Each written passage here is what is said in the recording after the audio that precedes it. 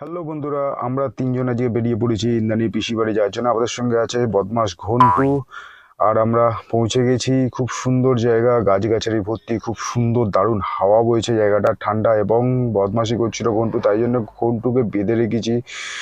আর দুপুর হয়ে গেছে, এবারে ফটাফট লাঞ্চটা সেরে ফেলবো। তো লাঞ্চটা সেরে ফেললাম, ঘন্টুর খাওয়া হয়ে গেছে। ঘন্টু বাইরে বসে বসে আমাদের খাওয়া দেখছে, আরও কিছু পাওয়ার আশায়, যদি আরও কিছু পাই তাই বসে বসে দেখছি। এবারে খাওয়া দাওয়ার পরে ঘন্টু বিছানায় ওঠার জন্য খুব লাফাঝাপি করছে, কিন্তু বিছানায় তোলা ঘন্টুকে যাবে না, তাই রাগ করে বেচারি খাটের তলায় ঢুকে শুয়ে পড়েছে। আর এখানে একটা ফাইনাল ফুটবল খেলা ছিল, তো সেখানে দেখতেই পাচ্ছ অসাধারণ বাজির প্রতিযোগিতা হচ্ছে, প্রতিযোগিতা নয়, বাজি ফাটানো হচ্ছে। খুব সুন্দর লাগলো দেখে, খুব মজা হলো সারাদিনটা, এবং বাড়ি ফিরে এসেছি, গাড়িও পার্ক করে দিয়েছি।